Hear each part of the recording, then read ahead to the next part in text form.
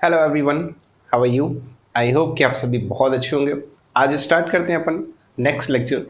आज हम लोग बात करने वाले हैं 5 टाइप्स ऑफ वात, या सिंपली कहें तो टाइप्स ऑफ वात। हमने वात के कर्म भी देख लिए हैं, वात क्या होता है इन डिटेल वो भी समझ लिया है। आज हम लोग समझने वाले हैं कि वात जो है वो कितने प्रकार का होता है। चैप्टर नंबर 4 चल रहा था। सिलेबस के हिसाब से जो एनसीआईएसएम ने सिलेबस बताया है उसी के हिसाब से हम लोग पढ़ रहे हैं, और उसी में आज का जो टॉपिक है दैट इज 5 टाइप्स ऑफ वात with their specific function, specific properties और स्पेसिफिक लोकेशन। कि वात कितने टाइप्स का होता है, उसके फंक्शन क्या क्या है, उसकी लोकेशन कहाँ कहाँ है और उसकी प्रॉपर्टीज क्या है, इन सब चीजों की आज के लेक्चर में हम लोग बात करने वाले हैं।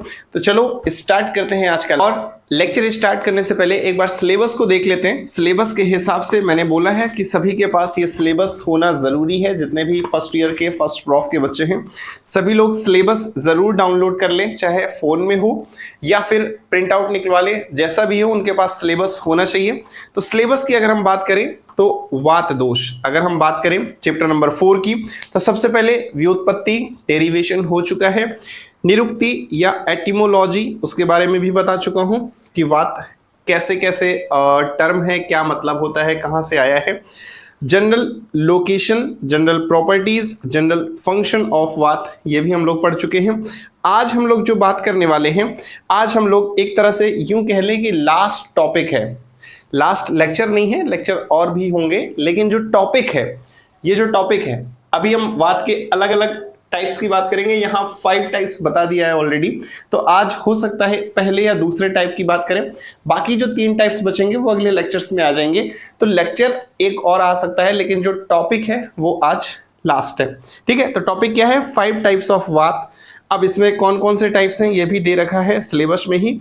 प्राण, उदान, समान, व्यान, अपान, तो ये सारे ही टाइप्स की हम लोग बात करेंगे विद देयर स्पेसिफिक लोकेशन, कहाँ कहाँ होते हैं, स्पेसिफिक प्रॉपर्टीज, इनकी क्या क्या प्रॉपर्टीज हैं, एंड स्पेसिफिक फंक्शन, इसके क्या क्या फंक्शंस हैं। तो चलिए स्टार्ट करते हैं आज का लेक्चर। मेरा नाम है हर्षित और शुरू करते हैं आज का टॉपिक। सबसे पहले टाइप्स ऑफ वात बुकिश लैंग्वेज में देखते हैं, फिर पीछे जो श्लोक दे रखे हैं उसके बारे में भी बात करेंगे। बुकिश लैंग्वेज के हिसाब से अगर हम बात करें तो एज पर ऑल द आचार ऑफ आयुर्वेदा, जितने भी आयुर्वेदा में आचार हैं, ठीक है, चरक हो, सुश्रुत हो, वाग्भट हो, और भी जितने भी आचार हो, vata is of 5 types and named as prana, udana, समान, व्यान, अपान। ठीक है, अब ये क्या है? श्लोक दिखाई दे रहा होगा, इस श्लोक को पढ़ने की कोशिश करो। मैंने हमेशा कहा है श्लोक को तोड़ तोड़ करके पढ़ने की कोशिश करोगे तो इजीली डाइजेस्टेबल होगा। ठीक है, सबसे पहले अगर देखो तो प्राण,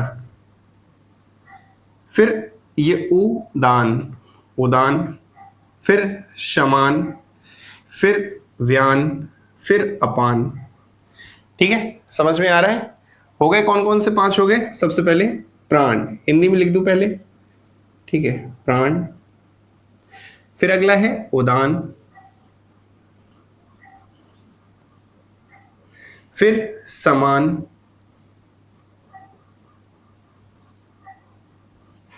फिर अगला है व्यान। इसीलिए कहता हूं अगर श्लोक याद हो गए ना तो श्लोक में क्या दे रखा है वो भी आराम से याद हो जाएगा। व्यान के बाद अपान।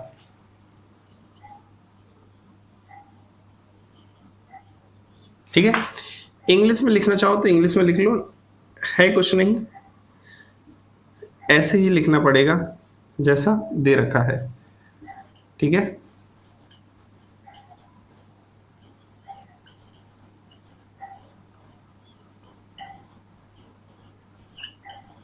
ये हो गया इंग्लिश में। ठीक है, 5 तरह के आपके वात के प्रकार हो गए। अब और आगे समझते हैं।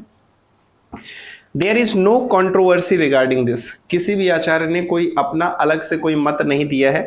अलग अलग आचार्य अलग अलग मत देते हैं, यहाँ किसी ने कुछ भी नहीं दिया है, कोई कंट्रोवर्सी नहीं है। While in Atharvaveda at one place name of 4 types of वात are mentioned, प्राण, शमान, व्यान एंड अपान। अथर्ववेद में एक जगह पर कहीं ऐसा है कि 4 प्रकार के वात दे रखे हैं। उन्होंने एक जो है वो है उदान, इसको नहीं माना है, बाकी 4 टाइप के आपके दे रखे हैं, तो अथर्ववेद में एक जगह ऐसा कंट्रोवर्सी देखने को मिलती है। While in Durga Saptashati 5 types of वात आर मेंशन्ड, बाकी हर जगह 5 तरह के वात बताए गए हैं। Among Samhitas, Charak has firstly described the names of 5 types of Vat, and also in Ars Chikitsa, he used the term Panchatma Maruta. Further, all other scholars have also mentioned the same 5 types of Vat. हर जगह 5 तरह के ही वात दिखाई देंगे। अब कुछ बच्चे अगर सोच रहे हैं कि मैं ये जो कहाँ से पढ़ रहा हूँ, तो ये जो भी बुक मैं यूज़ करता हूँ, जिस बुक से मैं रीडिंग कर रहा हूँ, इसकी पीडीएफ आपको टेलीग्राम पे मिल जाएगी। तो नीचे टेलीग्राम का लिंक दे रखा है, वहाँ पे ज्वाइन कर लें, और जैसे ही आप पीडीएफ के लिए मैसेज करेंगे तो पीडीएफ आपको वहाँ पर अवेलेबल हो जाएगा। ठीक है, उसके बाद पीछे अभी हमने जो श्लोक पढ़ा वो श्लोक है कि प्राण, उदान, शमान, व्यान, अपान, आत्मा। ठीक है, यही 5 तरह की आत्मा बताई गई हैं कि वात के टाइप्स में जो देखने को मिल रही हैं। उसके बाद नेक्स्ट श्लोक है पंच आत्मा मारुतः पित्तम कफो गुदवली त्रयम। ठीक है, क्या मतलब है? चरक चिकित्सा स्थान रेफरेंस देख लेना। यहां पर कह रहे हैं कि firstly Charak has given the name of 5 types of vata at various places in Charak Samhita. Charak Samhita जब आप पढ़ेंगे तो अलग अलग जगह पर 5 प्रकार के ही वात आपको दिखाई देंगे, लेकिन एक जगह एट वात कलाकली अध्याय अर्स चिकित्सा पंचात्मा मारुता एंड इन वात व्याधि चिकित्सा प्राण, उदान, शमान, व्यान, अपान, these वायु appropriately controls the body by its unimpaired movement in the location concerned। यहाँ पर इसने बताया है कि जितने भी प्रकार के वात बताए गए हैं वो कोई भी एक दूसरे के साथ मिलकर के किसी फंक्शन को नहीं बनाएंगे, जो भी करेगा अपने आप प्रॉपर खुद का एक फंक्शन होगा। हर जो भी टाइप दे रखा है, जैसे अगर हम बात करें प्राण की तो उसका अपना अलग स्पेसिफिक फंक्शन होगा, उदान का उसका अलग स्पेसिफिक होगा, शमान, व्यान, अपान, ऐसे ही सबके अपने अपने स्पेसिफिक फंक्शन होंगे। कोई किसी के साथ मिलकर के किसी फंक्शन को ऑर्गेनाइज नहीं करेंगे। फिर उसके बाद अलग अलग आचार्यों ने वही सेम चीज को बताया है कि इन द कमेंट्री ऑफ पंचात्मा मारुतः Chakrapani denotes the 5 types of vata as prana, udana, समान, व्यान, अपान। ठीक है, आचार्य चक्रपाणी ने भी यही 5 प्रकार के बताए हैं। फिर उसके बाद अष्टांग हृदय में देखा जाए तो एच पर अष्टांग हृदय वायु इज ऑफ 5 डिविजन्स। वायु को, वात को 5 भागों में डिवाइड किया गया है, कमेंसिंग विद प्राण, उदान, समान, व्यान एंड अपान। वही सेम 5 तरीके के ही बताए गए हैं। तो एक श्लोक है, ये आप याद कर लें। अगर ये श्लोक आपको याद हो गया तो अच्छी बात है, नहीं याद हुआ तो ये 5 प्रकार जो हैं वात के, ये जरूर याद रख लें। ठीक है, बहुत इंपॉर्टेंट है। क्वेश्चन 15 नंबर का या 10 नंबर का अब आने लगा है।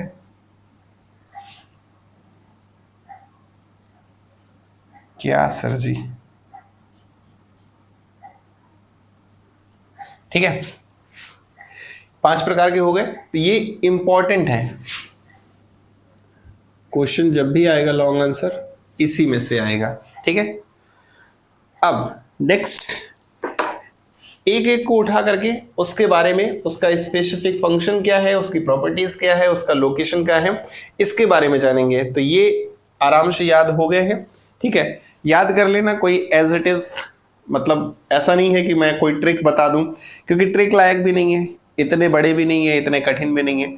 प्राण, उदान, व्यान, समान, अपान ऐसे ही याद करने, कुछ भी ऊपर नीचे कैसे भी कर लीजिए, कोई ऐसा नहीं है कि आपको ऐसे ही याद करने हैं जैसे लिखा है।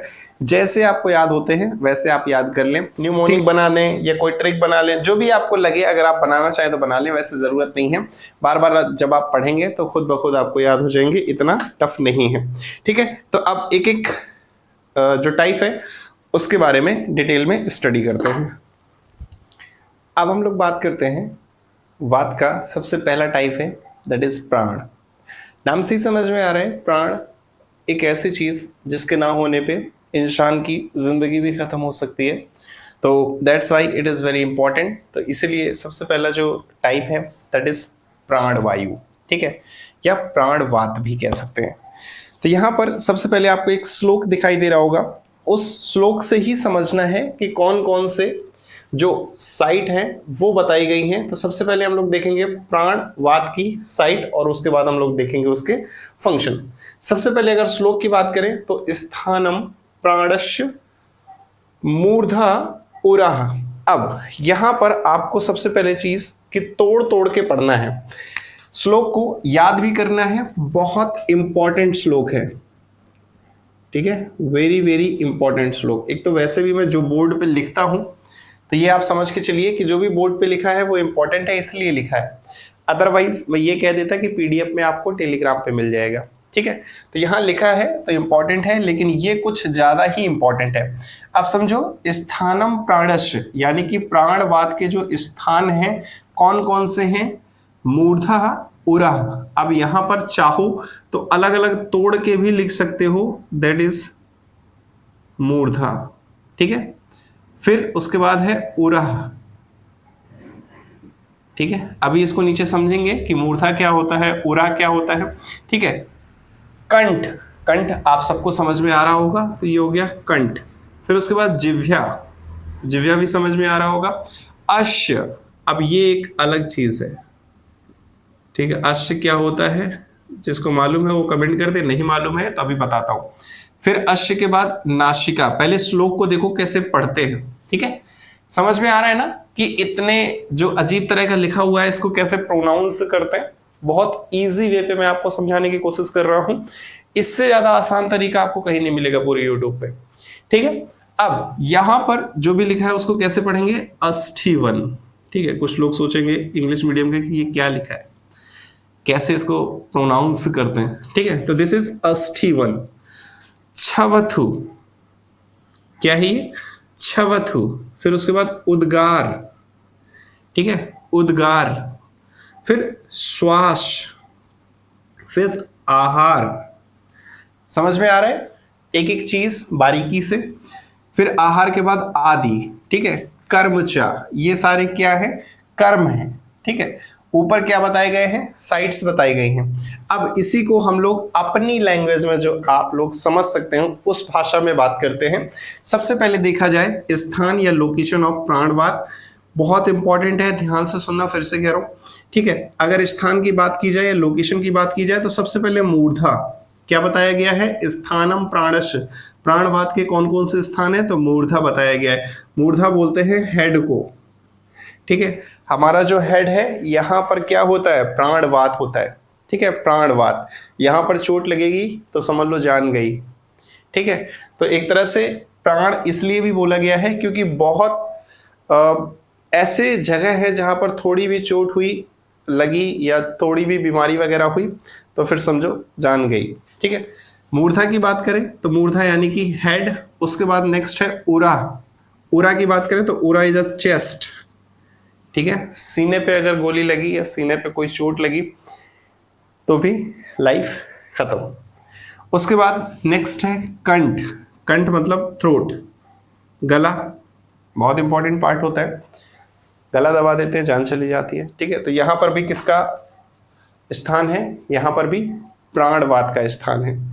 उसके बाद जिह्वा, टंग, टंग पे भी प्राणवात का स्थान है। कहते हैं ना मर गया जीभ बाहर आ गई, है ना, फांसी पे लटकाते जीभ बाहर आ जाती है, प्राणवात खत्म, ठीक है।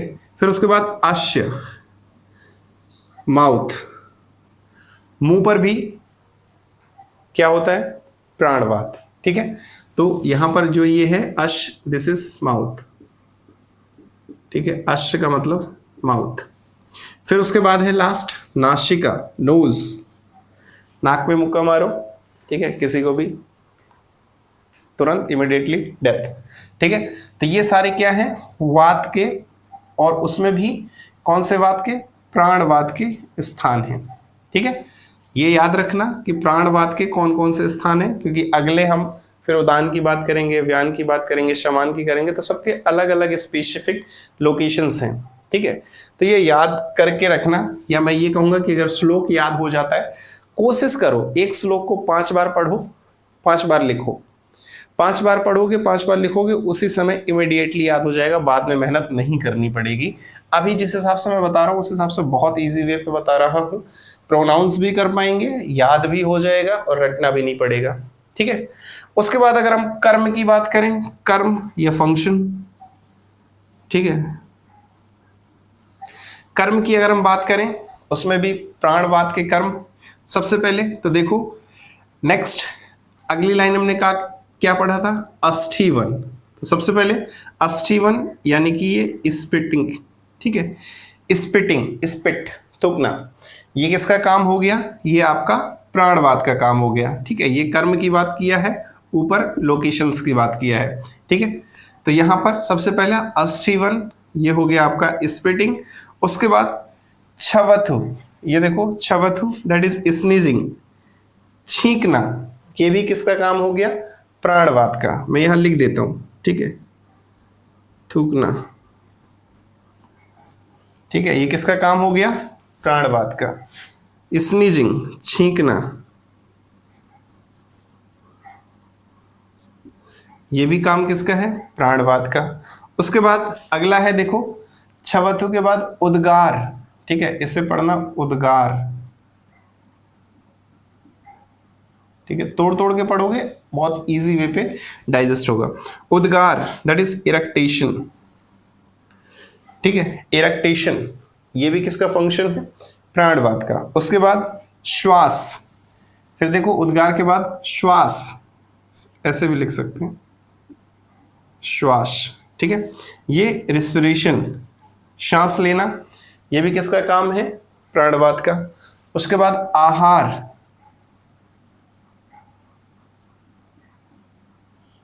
आहार दैट इज डीग्लूटेशन, आहार मतलब खाना खाना नहीं, डीग्लूटेशन, खाना तो खा लिया लेकिन नीचे गुटकना, दैट इज डीग्लूटेशन, ये किसका काम हो गया, प्राणवाद का काम हो गया। ठीक है, श्लोक के माध्यम से आपको दोनों चीजें समझ में आ गई होंगी कि लोकेशन क्या है प्राणवाद का, फिर उसके बाद नीचे कर्म, ठीक है, या फंक्शन क्या है प्राणवाद के, ये समझ में आ गया। ये रेफरेंस दे रखा है, यही आपको सेम चीज चरक में भी पढ़नी मिलेगी, यही सेम चीज आपके क्रिया शरीर में दी है। अब हम लोग बुकिश लैंग्वेज की बात कर लेते हैं।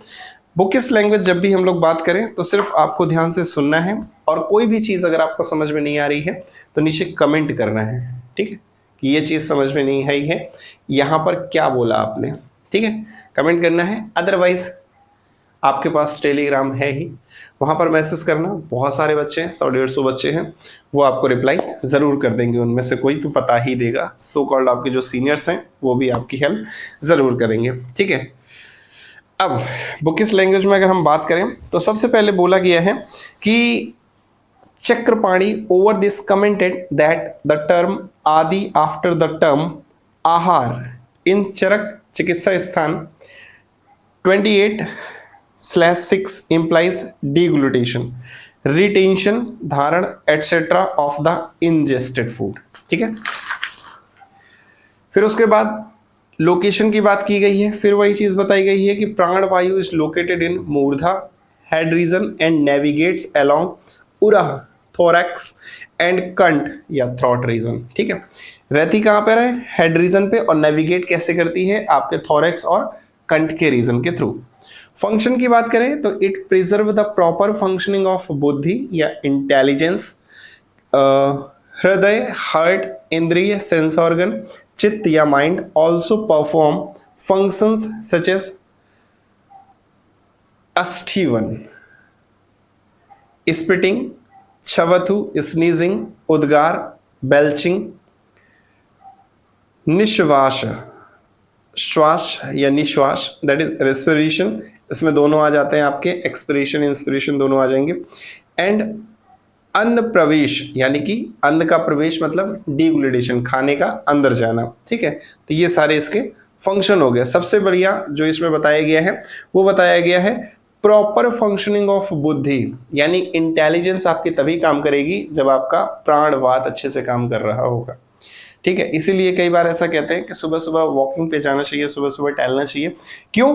क्योंकि वायु जब अंदर जाएगी तो आपका दिमाग भी अच्छे से काम करेगा। कहते हैं ना सुबह उठ के पढ़ना चाहिए। क्यों? उससे होता क्या है, पढ़ाई तो हर टाइम हो सकती है, लेकिन उस समय वातावरण में हवा जो होती है वो शुद्ध होती है, इसलिए जो इंटेलेक्ट है इंटेलेक्ट यानी कि आपकी बुद्धि वो ज़्यादा अच्छे से काम करती है, इसीलिए लोग कहते हैं कि अर्ली मॉर्निंग में पढ़ाई करनी चाहिए। ठीक है, उसके बाद अलग अलग आचार्यों ने अलग अलग चीज़ें बताई हैं, काफ़ी सारी चीज़ें दी हैं। अब ये ऐसा अगर पढ़ेंगे तो आपको लगेगा कि ये कितना ही बड़ा है, इसलिए जिसको भी स्टडी करनी है मैं टेलीग्राम पे बता देना कि सर पीडीएफ भेज दो, मैं भेज दूंगा, वहाँ से पढ़ते रहना। अदरवाइज अब हम लोग बात करते हैं मेन इंपॉर्टेंट चीज़ की, दैट इज आचार्य चक्रपाणी का देख लिया। इसके अलावा आचार्य सुश्रुत ने क्या कहा है, आचार्य डल्हड़ ने क्या कहा है, अष्टांग संग्रह में क्या बोला गया है, ये सब अगर आपको पढ़ना है तो एक बार टेलीग्राम पे मैसेज कर देना, मैं वहाँ पे पीडीएफ दे दूंगा, तो आप वहाँ से जितना स्टडी करना हो कर सकते हैं। ठीक है, अभी आ जाते हैं मेन इंपॉर्टेंट टॉपिक पे, दैट इज रिस्पायरेटरी फिजियोलॉजी इन आयुर्वेदा, कि रिस्पिरेशन की क्या फिजियोलॉजी है आयुर्वेदा में। ठीक है, मॉडर्न का तो आप सभी को मालूम है, अब हम आयुर्वेदा के प्रोस्पेक्टिव से हम लोग समझना चाह रहे हैं कि रिस्पिरेशन की क्या फिजियोलॉजी है। तो respiration is one of the most important feature for human being to be alive. क्या इसमें अलग बात थी? Without this feature the possibility of being alive is very less और नेग्लेक्सिबल।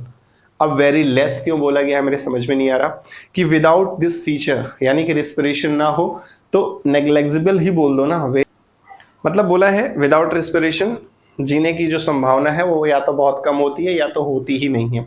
अब बहुत कम मेरे समझ में नहीं आ रहा कि क्या आईसीयू में रख करके पेशेंट को ऑक्सीजन देते हैं उस हिसाब से कह रहा है क्या कि जीने की संभावना बहुत कम होती है, क्योंकि without respiration I don't think so कि जीने की संभावना होती भी है, तो नेग्लेक्सिबल ही लिख देना चाहिए, वही बहुत अच्छी बात थी।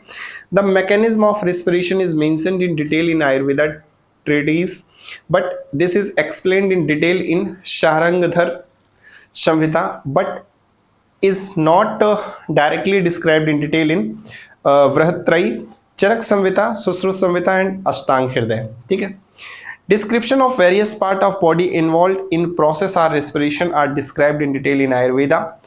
अब यहाँ पर बात की गई है प्राण वह स्रोतस की। अब ये क्या होते हैं स्रोतस? आप जो पढ़ेंगे वो आप पढ़ेंगे रचना शरीर में। ठीक है, अगर बात करें स्रोतस की अगर हम बात करें तो ये आप पढ़ने वाले हैं रचना शरीर में। ठीक है, सिंपली कहें तो एनाटॉमी, वहां पर आप सारे स्रोतस पढ़ेंगे और वहां पढ़ेंगे कि स्रोतस आचार्य चरक ने क्या बताया है और आचार्य सुश्रुत ने क्या बताया है, और हर स्रोतस का अपना एक मेन स्थान होता है।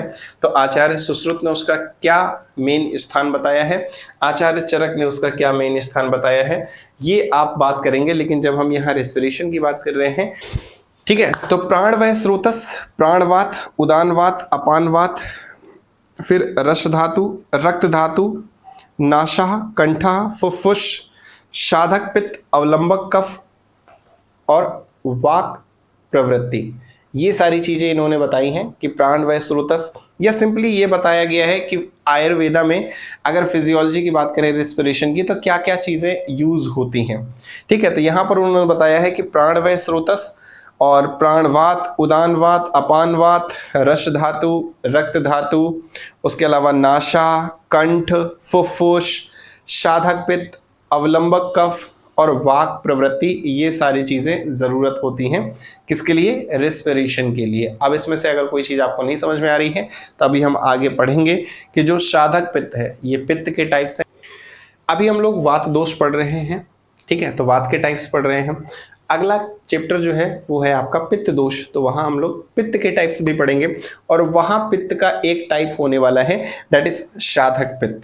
ठीक है, ऐसे ही सेम जब हम लोग कफ के बारे में पढ़ेंगे, कफ दोष वाला चैप्टर उसके बाद आएगा, तो उसमें हम लोग पढ़ेंगे अवलंबक कफ। ठीक है, उसके अलावा बाकी हम लोग अभी बात करने वाले हैं आपका प्राणवायु स्रोतस के बारे में। ठीक है, so to understand the full mechanism of respiration in terms of Ayurveda one should have the proper knowledge regarding the function of all these.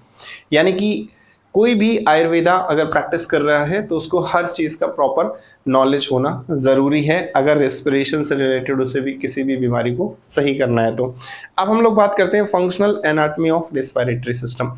यहाँ पर हम लोग बात करेंगे बेसिकली प्राणवायु स्रोतस की। अब बात करते हैं functional anatomy of respiratory system. While considering the concept of स्रोतस to describe the respiratory mechanism, one should have to explore the details of प्राणवायु स्रोतस। अगर हमें रेस्पिरेटरी मैकेनिज्म समझना है तो सबसे पहले हमें प्राणवायु स्रोतस को समझना होगा एज द रूट ऑफ प्राणवायु स्रोतस आर, और प्राणवायु स्रोतस के रूट्स क्या क्या हैं उसको समझना होगा। सबसे पहले देखें तो आचार्य चरक ने क्या बोला है, तत्र प्राणवाहनाम स्रोतशाम हृदयम मूलम महास्रोतश्च च। ठीक है, अब आचार्य चरक ने विमान स्थान पे बताया है कि प्राण वहानाम स्रोतशाम, कौन कौन से ऐसे स्रोतस हैं जहां से प्राण जो है वो ट्रेवल कर रहे हैं, तो दैट इज हृदयम, पहला हृदय बोला है, और उसके बाद महास्रोत। ठीक है, अब महास्रोत क्या होता है ये इसके मूल बताए हैं, तो हृदयम मूलम महास्रोतश्च च।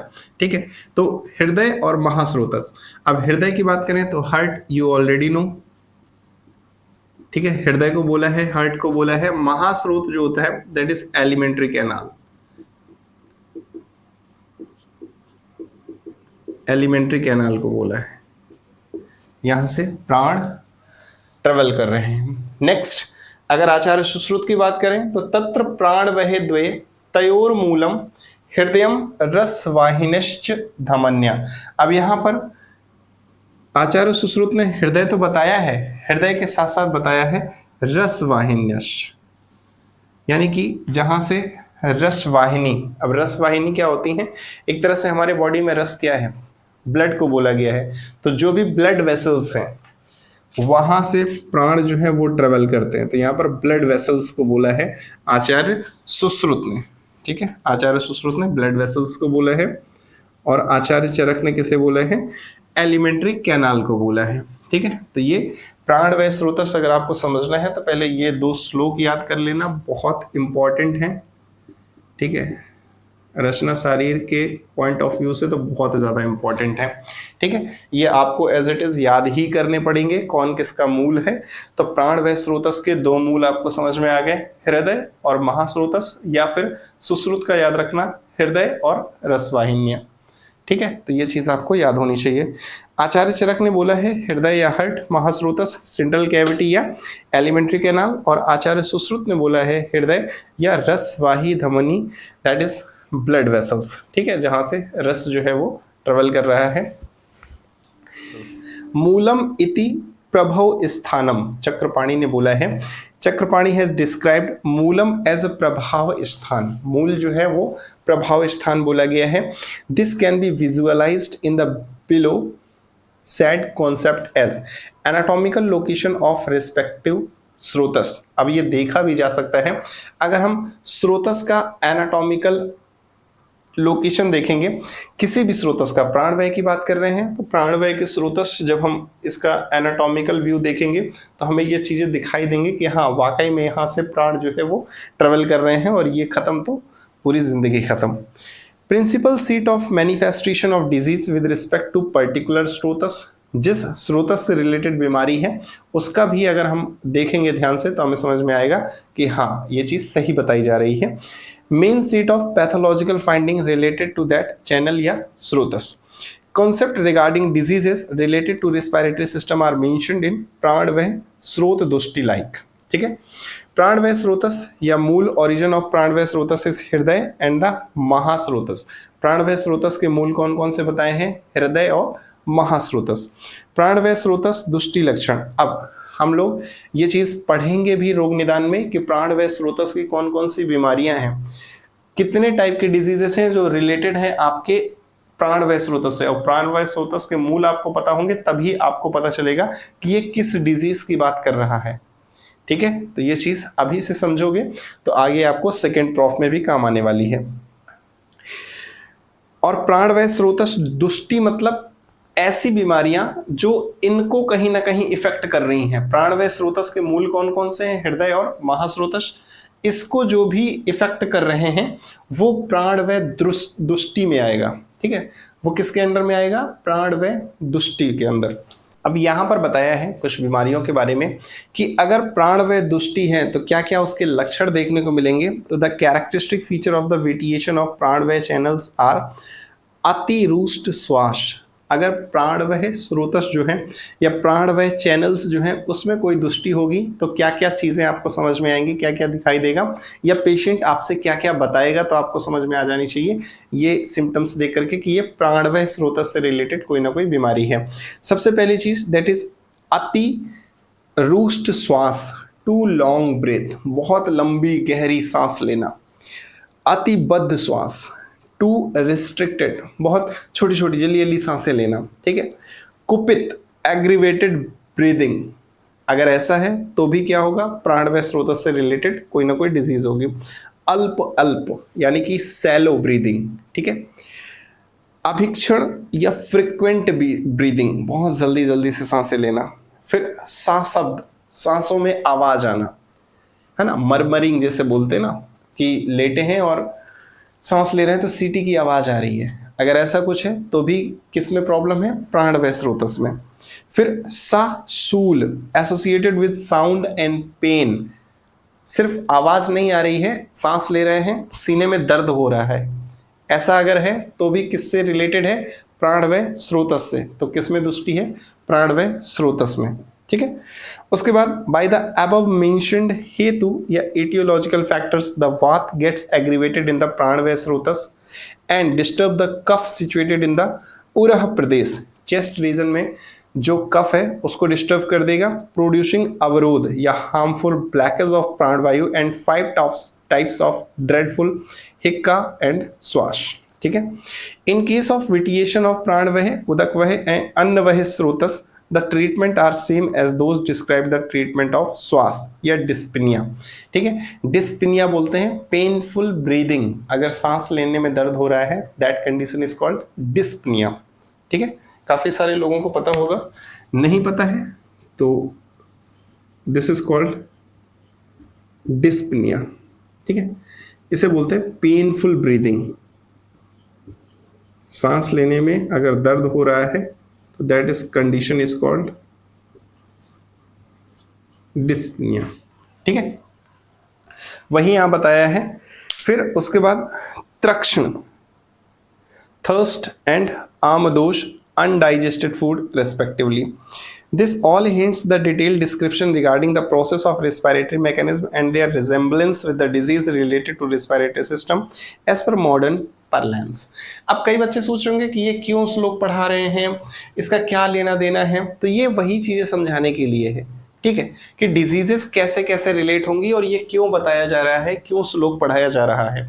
मैं चाहूं तो जो एक नॉर्मल बुक आती है ना क्रिया शारीर की, बिल्कुल पतली सी आती है, वो उस बुक में सिर्फ मेन चीजें दिया है कि वात होता क्या है, वात के टाइप्स कितने होते हैं, वात का कर्म क्या है, वात के फंक्शन क्या होते हैं, वात की प्रॉपर्टी क्या है, बस सिर्फ उतना बताया। 15 नंबर का 10 नंबर का आपका आंसर हो गया और उसके बाद निकल गए। मोस्टली टीचर्स भी ऐसे ही करेंगे आपके कॉलेज में, वो कभी नहीं समझाएंगे कि इस श्लोक का क्या मतलब है और क्यों हमें ये श्लोक के थ्रू ही पढ़ाया जा रहा है, क्यों हमें वात के बारे में बताया जा रहा है। सीधे बीमारियां पढ़ाई हैं, उसका इलाज बताइए। बच्चे भी ऐसा सोचते होंगे, तो मैं इसलिए डिटेल में पढ़ा रहा हूं। मैं चाहूं तो इसको 2 मिनट में खत्म कर सकता हूं। अभी सिर्फ प्राणवात चल रहा है, इसके अलावा और भी हैं बाकी 4। आज के लेक्चर में तो नहीं हो पाएगा, ये आपको भी समझ में आ गया होगा, लेकिन अगर मैं चाहूं तो बाकी 5 को आज ही के लेक्चर में खत्म कर सकता था, वो भी जितनी देर का भी लेक्चर बना है उतने ही टाइम में। लेकिन मैं समझाना चाह रहा हूं कि चीजें समझ में आए कि ये श्लोक क्यों पढ़ रहे हैं, प्राणवह स्रोतस क्या है, इसका क्या मतलब है। अगर यहाँ पर मूल बताए गए हैं तो उन मूल का क्या मतलब है, समझ में आया ना कि प्राणवह स्रोतस से रिलेटेड एक बीमारी निकल के आई ना, कि डिस्पनिया की अगर कंडीशन है तो वो कहाँ से रिलेटेड है, प्राणवह स्रोतस से, उसमें दुष्टि हुई है, ठीक है। तो बीमारियां आपको रिलेट कर पाऊं इन श्लोक के माध्यम से, इसीलिए थोड़ा सा डिटेल में समझा रहा हूं, ठीक है। वीडियो अच्छा लगे तो लाइक कर देना, बाकी आप समझदार हैं, ठीक है। इसके अलावा आगे चलते हैं। बाकी this all hints the detailed description regarding the process of respiratory mechanism and their resemblance with the disease related to respiratory system as per modern parlance. अभी हमने इसकी बात करी। अब वही स्थान फिर से सेम वही चीजें हैं, उसके अलावा अलग अलग दे रखे हैं कि अपर रेस्पिरेटरी ट्रैक्ट में क्या होते हैं, लोअर रेस्पिरेटरी ट्रैक्ट में क्या होते हैं, ये मैं पीडीएफ दे दूंगा, वहां से पढ़ लेना, कोई इंपॉर्टेंट इतना खास है नहीं। फिर उसके बाद श्वसन प्रक्रिया के बारे में बताया गया है कि श्वसन प्रक्रिया क्या होती है। फिर उसके बाद एक्सटर्नल रेस्पिरेशन, इंस्पिरेशन, एक्सपायरेशन, ये सब आयुर्वेदा से कोरिलेट करके बताया। मॉडर्न में आपने पढ़ा है एनसीईआरटी में, ठीक है, या एना में भी आप पढ़ेंगे, लेकिन आयुर्वेदा को भी समझते जाइए। आप बेसिकली कर तो बीएमएस रहे हैं ना, आगे जाकर के आपको रिप्रेजेंट कैसे होना है एज अ आयुर्वेदिक डॉक्टर ना, तो एटलीस्ट फंक्शन आपको आयुर्वेदा के थ्रू भी समझ में आना चाहिए। तो इसका भी पीडीएफ दे दूंगा, वहां से पढ़ लेना, ठीक है। फिर उसके बाद रेगुलेशन ऑफ वेंटिलेशन, फिर गैसियस एक्सचेंज, देन उसके बाद rate of respiration, concept of artificial respiration. अगर आप कहेंगे नीचे कमेंट करके बताएंगे तो मैं इसको भी समझा दूंगा। टॉपिक थोड़ा लंबा हो सकता है, चीज़ें बियॉन्ड द टॉपिक भी जा सकती हैं। आज जो हम पढ़ रहे हैं प्राणवय, आज जो हम लोग पढ़ रहे हैं प्राणवात, उससे आगे भी जा सकता है, उससे थोड़ा डिटेल भी जा सकता है। अगर आप कमेंट करेंगे तो मैं इसको भी पढ़ा दूंगा। अदरवाइज अब हम लोग नेक्स्ट स्टार्ट करेंगे उदानवात, ठीक है। आज का लेक्चर यहीं समाप्त करते हैं। लेक्चर अच्छा लगा हो तो वीडियो को लाइक कर देना, शेयर कर देना अपने कॉलेज के ग्रुप में, और इसके अलावा मिलते हैं अगले लेक्चर के साथ। Till then take care, have a nice day, best of luck for your future.